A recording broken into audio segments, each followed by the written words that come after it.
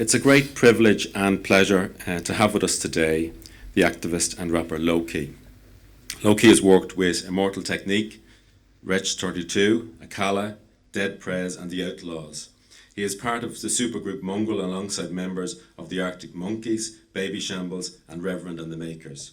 The band released their album Better Than Heavy in tandem with the Independent newspaper. His critically acclaimed music has received millions of streams on Spotify, sold over 25,000 albums, and garnered over 45 million YouTube views. His independently released album, Soundtrack to the Struggle, charted number 6 in the UK R&B chart, number 9 in the UK Indie chart, and number 14 in the UK Download chart. He was included in MTV Best of the Best UK MCs 2 years in a row.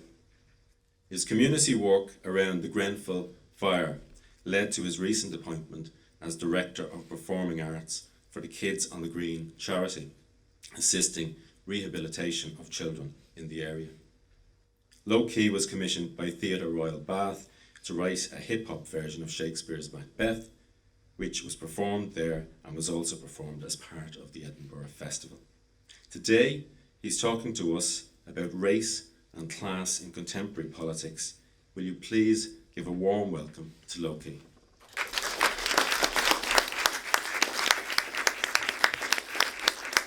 Thank you very much. It's great to be here. Can everybody hear me clearly? Okay, so I am a resident of Latimer Road. I live directly in front of Grenfell Tower. A friend of mine who I've known since his teens, and his family died in there. But what I'm going to hope to do today is take it out of the personal and the micro and look at the way the macro and the micro interact with each other. We're going to be focusing on the way in which we have used artistic interruptions throughout this process to challenge a kind of unreactive power. I feel like there was definitely a feeling, at least on a national level, that the levers of power could react morally to something that had happened, that we could shock the indifferent systems of deregulation, of spatial domination into reacting in a moral way. And I think that that was really a big mistake. I also think that there was a mistake made on the part of, and I hate to generalize and I'm not trying to homogenize, but a lot of the academic community by not placing themselves at the disposal of the local community. And I think a really major part, especially of universities in London, has to be in turning what are theoretical understandings of power into practical ways to resist them. And I think that Grenfell was really the biggest focal point and the biggest chance for that to take place. So to start off with, when we talk about the fire, we have to look at, I think, three really important theories to understand it through. So firstly is this idea of state capture. We have seen evidence since the fire that there was regulatory capture, which I will get into a little bit later on, which allowed a situation where we currently have around 200,000 people across the country exposed to danger in their walls. So we have seen how this process of deregulation actually has endangered people's lives through some of what we understand to be the most benign parts of infrastructure. And they say that infrastructure is invisible until it malfunctions. And really, words like cladding, words like insulation were not part of the local lexicon prior to the fire, let alone the names of the companies that were responsible for them. And so what I will aim to demonstrate, or at least question, is whether a process of state capture took place prior to the fire, but also not just on a direct company to government level, but potentially on a level of state capture of the bureaucratic, the forces of bureaucracy to a certain idea of doing things. So if the levers of state were captured by a certain logic which underpinned their decisions, which led to this. Also, I'm going to be looking at slow violence. Rob Nixon really is responsible for coining the term, and what that is about doing is differentiating what we understand to be spectacular, big focal points of violence, which actually Grenfell was one of them in a way. But it's about looking at the context which it takes place in the attritional way in which decisions made on paper can then manifest into people's lives in violent and dangerous ways. And then we're also going to be looking at Akile Mbembe's theory of necropolitics in the way that political decisions can be made that have life or death consequences, and who those life or death consequences are generally fall upon. I feel there has been a lot of determinism with the way that people look at Grenfell as an incident, and I think that that is only useful insofar as we are able to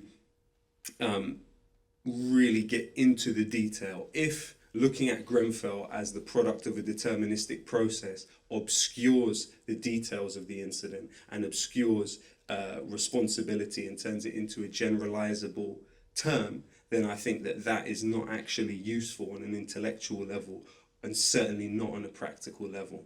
So we'll get into that a little bit later on. We have to look, when we talk about the fire, at the pre-Grenfell situation. Now, I'm aware of my time limit today in talking, and I would have loved to have shown other videos. In a longer version of this talk, I'm able to show other videos which basically make clear and were really useful in documenting the organic resistance that was taking place to RBKC's local plan. So the Royal Borough of Kensington and Chelsea had a plan to that was really put into place by the main architects of that plan, have now resigned because of their perceived responsibility for the Grenfell situation. We're talking about Rockfielding Mellon and his cohorts really at the council. They had, the local plan really had within it the pledge to build around 10,000 new homes in the borough. Now, what we questioned at that point was, how would you do that without knocking down existing housing in the area? And what that led to was the clear policy that was going to be the demolishing, potentially, of all of the other blocks on the two estates that are side by side, Lancaster West and Silchester. Of course, Grenfell is a part of one of them. The refurbishment of Grenfell, which put the cladding on it, which got rid of the green space and the car park, was believed to be keeping Grenfell safe from regeneration. Part of that regeneration was going to be the rest of the blocks knocked down. So in one of the cruelest twists of fate and ironies really in this situation, is the rest of us in the community thought, well, okay, the people in Grenfell Tower are the safest. Their homes are not under threat. All of our homes are. And so that led to the Save Our Silchester campaign, which was mobilizing on that issue. We'd have meetings on a monthly basis of several hundred people in the community trying to work out what was going to happen. And of course, people, and specifically members of Grenfell Action Group that were inside the tower, that were drawing attention to really dangerous aspects of life in the tower. Ed Darfan, for example, who was the co-author of Grenfell Action Group with Francis O'Connor, was dismissed by Rockfielding Mellon, deputy leader of the council at that time, as a fantasist. And we were, what I understand to have been a statement that Rockfield and Mellon came out with at the time, was that even if the community are against this, we are going to go ahead with the regeneration of this area. So it was dictatorial in nature, that process. And also the important thing to know is that there were several precedents that we had to pin to when looking at the way that this council behaved with people that lived in social housing. 80% of the housing in this area is social housing. We know that RBKC had received £33.4 million in payouts, as has been documented by New York Times, in payouts from construction companies in a national policy which allows construction companies to pay local governments to skirt the obligation of social or affordable housing in new builds. So what that means is that if I'm a construction company and you're the local government, I can pay out money to you to maximize profit in this new build, to make sure that I don't actually have that legal obligation to build social housing in it. Now, when we challenged the council about this and we said, it's been reported that you've taken £33.4 million in payouts from construction companies to basically lessen social housing in the borough, they said to us, well, actually, that money has been ring-fenced for the procurement of new social housing. What later came out in the same meeting is that that money had actually already been spent on maintenance of existing social housing. So what you're seeing actually is an example of this attritional violence taking place. You had Save North Kensington Library, which, again, back to the struggle over public space, we viewed our library as going to be leased to the private school next door to it, and so therefore we mobilized. And one of the interesting things is it's seen as a kind of iconic moment when people rush the council directly after the fire. But the first time we did that as a community, it was actually to keep our library as a public asset. And so Save North Kensington Library campaign had been going on for a long time. Westway 23, this is really an important part of the story. At the time when the Westway was built, there was an understanding that building this motorway through the middle of a residential area, as we know now, it decreases people's life expectancy by 5%. It exposes them to a huge amount of pollution. What was put in place was that 23 of those acres around it would be strictly for community use.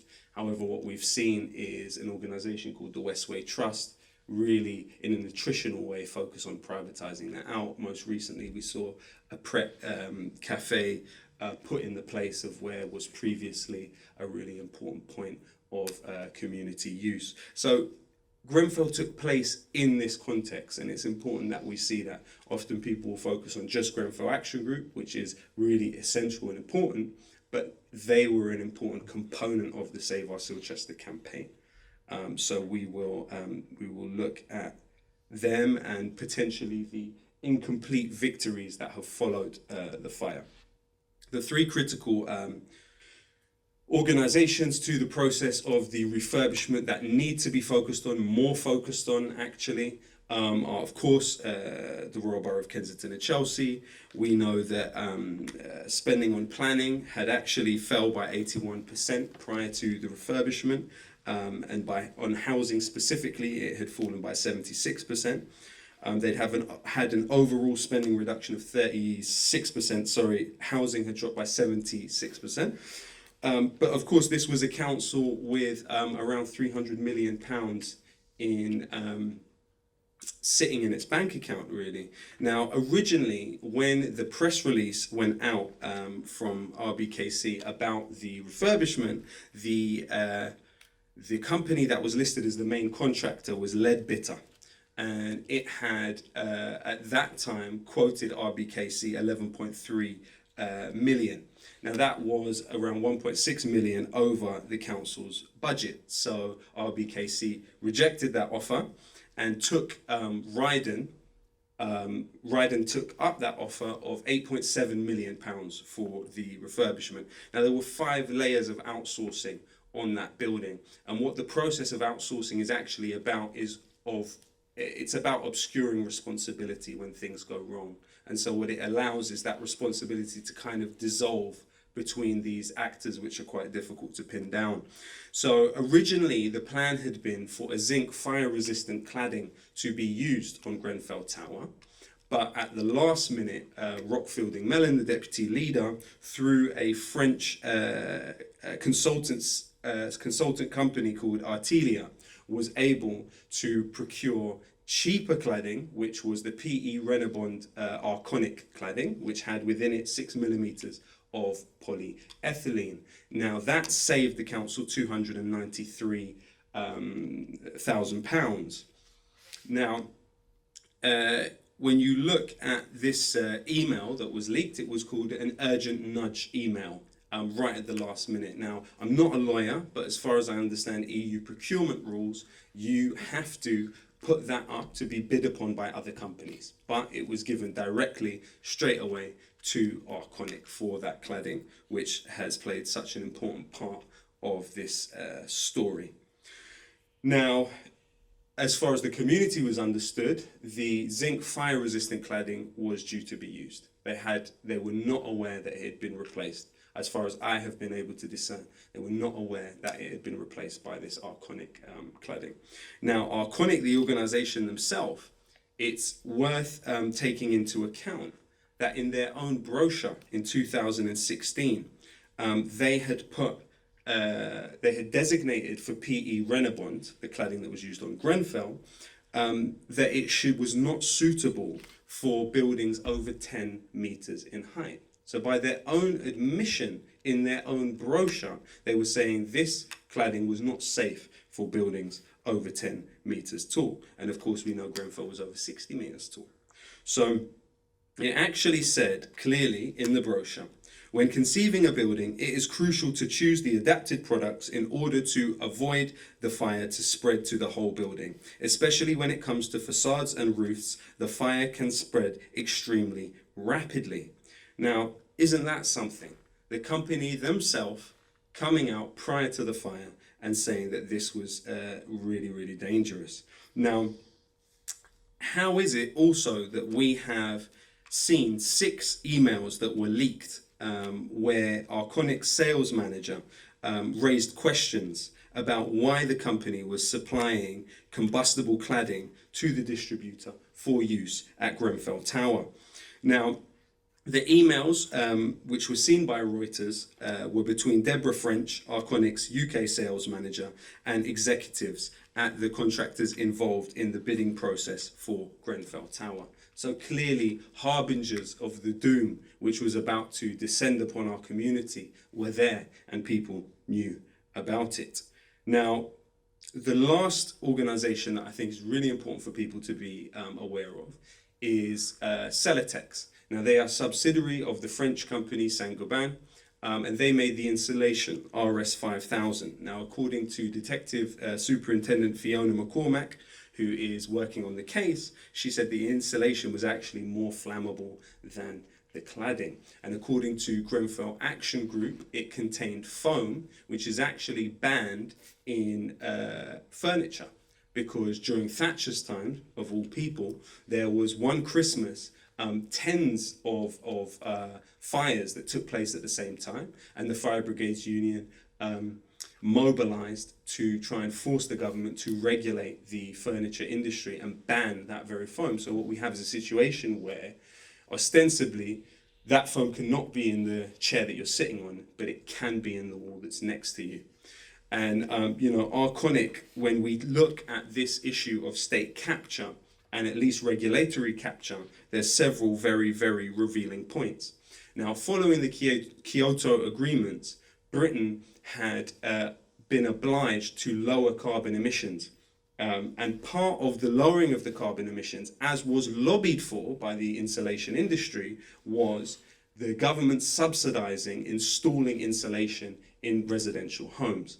Now, part of that you saw in 2011, Celotex put a post on their website by Rob Warren, an employee of Celotex, which read as follows. This is not paraphrasing.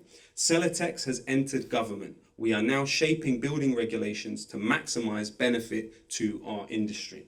Around the same time, Celotex rented out a bright pink van, which had written upon it, building regulations are changing. And it went up and down the country, proselytizing for their, frankly, violent sect, is the way that I perceive neoliberalism to be. Then, of course, we know that Sajid Javid had, as part of his committee on building regulations, advisor on building regulations was the technical director of Celotex, Mark Allen. So we start getting into these questions of where does government regulation begin and where does industry self-regulation end, you know? And that's really the important part of it, because we're looking at the necro-political results. Seemingly, we're looking at the necro-political results of these types of relationships, these incestuous relationships between the corporate sector and between the bodies which are meant to protect life. Now, if we look at these three symptoms of state capture, which had an effect of slow violence and then eventually had necro-political consequences, we say that the deregulation that led to Grenfell started with Margaret Thatcher and Michael Heseltine, 1984, and the Building Regulations Act, which Heseltine said at the time would allow further industry self-regulation. Those were his words. Now, what that meant was around 320 pages of building regulations were done away with and rendered to be about 25 pages of building regulations. This process ended with New Labour and John Prescott and his altering of approved document B, which led to a point where the regulations were ambiguized to such a state where now we're in a position where the government, as Philip Hammond, several days after the fire, can comfortably say that the cladding which was on the building was illegal on buildings over 10 meters. But the company are arguing that it is not their job, despite the fact that they had in their own brochure evidence that it wasn't safe. They are arguing that the government regulations allowed for putting that cladding on the building. Now, how can such a situation happen? Well, what it's about doing is drawing a distinction between the aluminium coating of the cladding and the polyethylene core of the cladding. Now, what Arconic are claiming is that as long as the aluminium coating of the cladding meets limited combustibility in terms of the way the standards are designed, then it means it was safe to go on the building. What the government are claiming is that that internal polyethylene core was should have been part of the test and should have also been limited combustibility, when in fact it was probably E in terms of the building regulations where it would meet. We also have to look at BRE, which is the body which administers the tests for these materials. And what happened with BRE is they were privatized in 1998. And now we've arrived to a situation where if you are a construction company and you need to test your materials, you merely go to BRE, pay them about 15 grand, and they give you access to a warehouse in Watford where you will test your materials and then report the results of your test to BRE. So you're not actually tested by an external body, you're testing yourself. And at the beginning of last year, Celotex came out and said, we misdescribed the results of RS 5000. So there's an admission here that something had happened at the process of testing this stuff to get it passed as limited combustibility, which of course we all know that it wasn't. When we look at the process of managed decline of social housing in the borough, I dealt with that a little bit earlier when looking at these payments that RBKC had been taking, but that is indicative of a wider disdain. It's about the conversion, and we've seen in this neoliberal era a conversion of things which are traditionally understood to be human rights, whether they be education, housing, or healthcare, to privileges. And so part of that logic informs the way in which people, leaseholders and social housing residents in the tower, were actually dealt with by RBKC. When we look, obviously it's a much wider process which is actually playing out across all of London as we see. But in a society where 1% of the population actually own, less than 1% of the population actually own 50% of the land in the country, in a situation where more land in this country is used for golf courses than is used for housing, when there's 300,000 people homeless, when 1 in 59 people in the capital are homeless. This is a process which has played out across this period. We have reached, in terms of disparity between the richest and the poorest within this society, almost pre-World War One levels. We know that that disparity was actually at its lowest in the early 70s. You had a situation where, in terms of the top 1%, what they took of the national income was around 6% and 4% after tax. Now we're at a situation where the top 1% takes 17% of national income, whereas before World War One it was about 20%.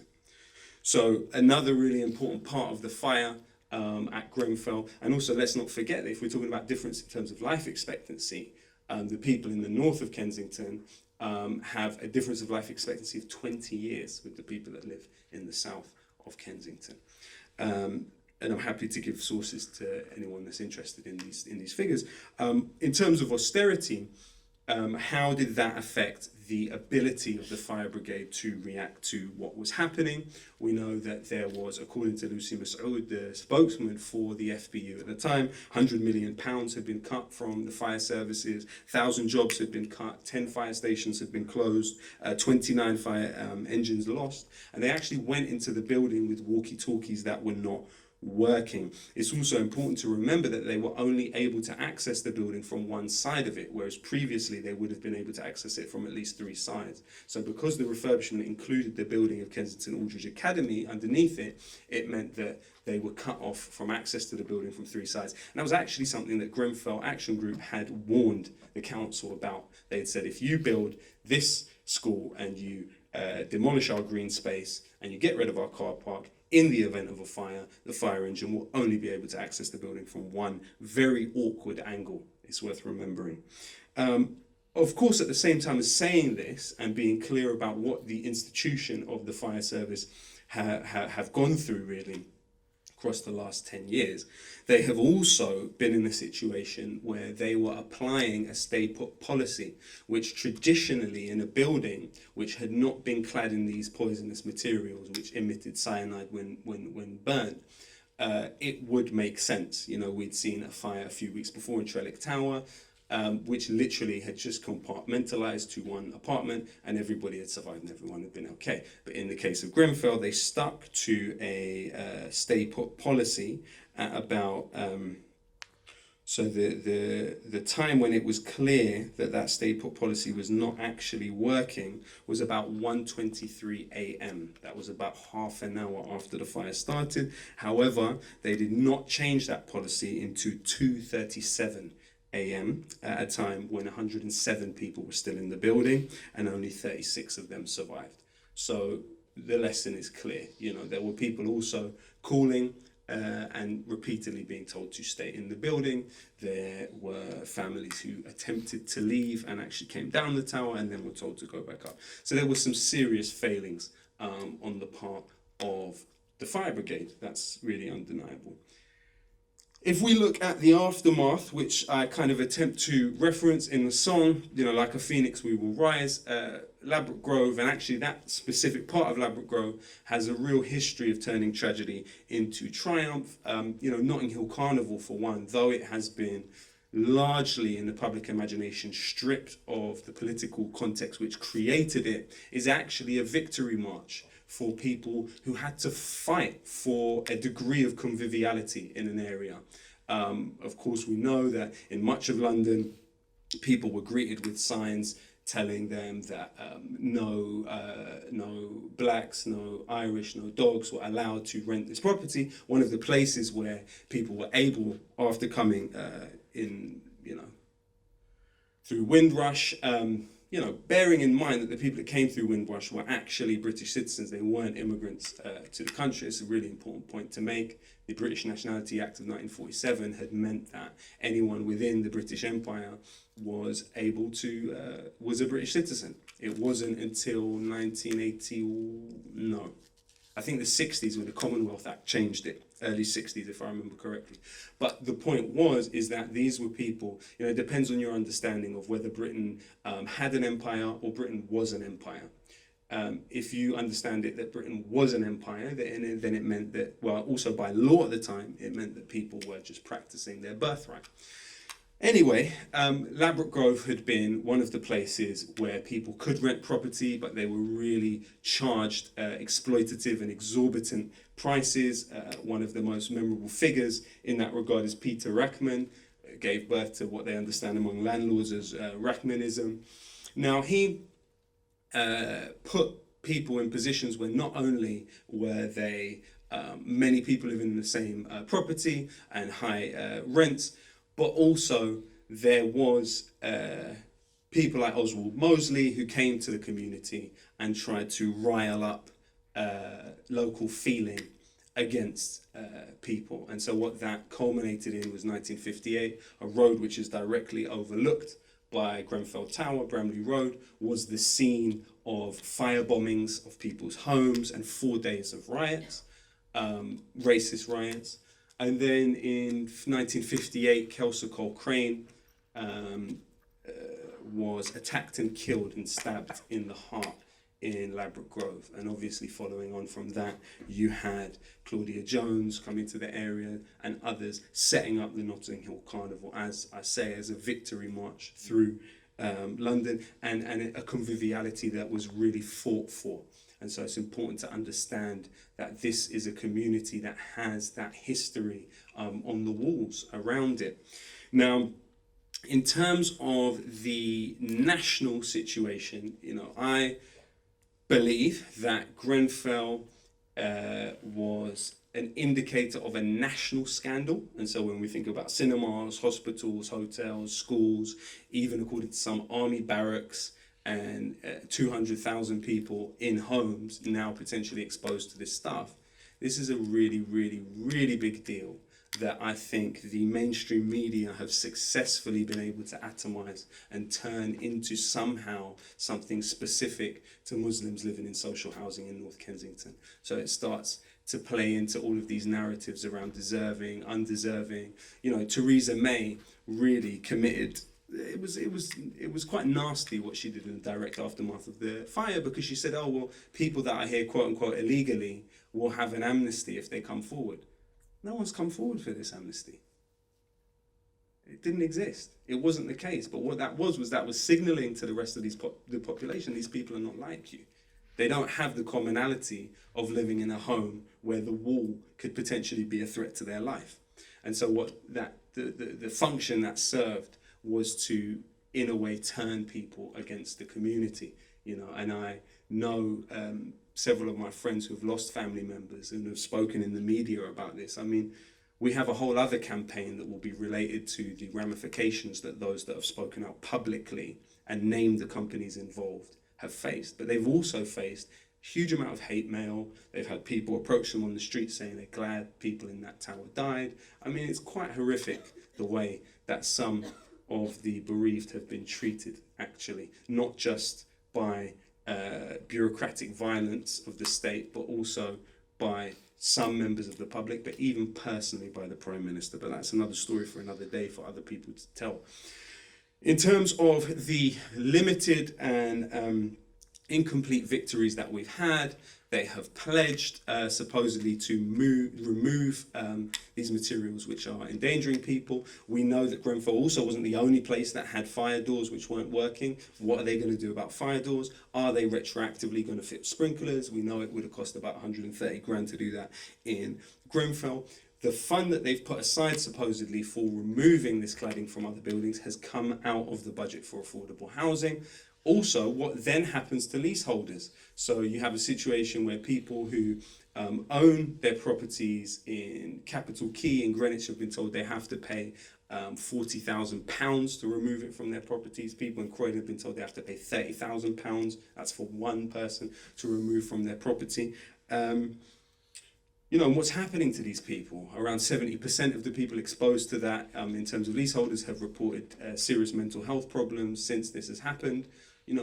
Where is the space for these people potentially in some of the deterministic narratives that have been offered about Grenfell? It's true, Francis Wallace Grenfell is believed to be the person the tower was named after. He was a British colonial officer in Sudan and Egypt. But if we're going to talk about colonialism in relation to Grenfell, why not read into the names that were literally written on the side of the building? So Arconic don't just make cladding which kills people, they also made the F-35 with BAE Systems and Lockheed Martin. That's a fighter jet which has been sold to Israel, has been sold to Turkey. So why is it a surprise that a company that has no qualms killing people has no qualms killing people? It might be easy to fit into established boxes that we have to understand the world. Grenfell into that, and I completely understand that. But I don't think that excuses us from the moral imperative in front of us and the task to really interrogate the details of that relationship. We don't have to view it in a very generalized manner. So that was a victory to get them to remove the cladding. Supposedly it followed on from a really important intervention by Stormzy at the Brit Awards, which really was something that was forcing the government's hand to a certain extent, because on such a visible platform, and it was an artistic interruption really to what Edward Said called the unseen passage of quiet power. You also had the amazing campaign led by Grenfell United, and particularly Ahmed Al-Gawahiri, who lost his mother and his sister in the tower, to change building regulations to only, whereas before I mentioned limited combustibility, now supposedly buildings can only contain A1 and A2 as what is used in them. However, how are they going to retroactively apply that is the question. Because now what that means is, after James Brokenshire made a big deal of announcing it at the Conservative Party conference, how are you going to apply that to the buildings that now exist that have been built according to limited combustibility with a regulatory system which is so easy to penetrate, and companies have been boasting about penetrating anyway. Also, it's worth remembering that the Royal Institute of British Architects actually came out and said that still having A2 classification is still dangerous to human life, and that they argue very seriously that it should only be A1 rather than A2 and A1. So, that's an incomplete nature of one of these victories. On a local level, we signed a memorandum with the council that the library would now be permanently a public asset. So that's a really, really major victory. But what that was a result of was pressure brought to bear from the National Party on the local party. And that was because of the work of Grenfell United, and really a concession in a sense. But how much that means, how much that model can be applied to other parts of London where the libraries are being sold off to private interest, I'm not sure. That is a really important part of bridge building that should have taken place between other communities that are facing these kind of violent policies, linking with us and saying, how did you go about this? How did you do that? Us saying to other communities where successfully they defended their communities, how did you do that? How did you go about that? But most importantly, academia. That is the point where academia comes and puts its tools, its intellectual and human resource at the disposal of these communities, which are all around the universities, and in some cases are under threat from universities also as institutions.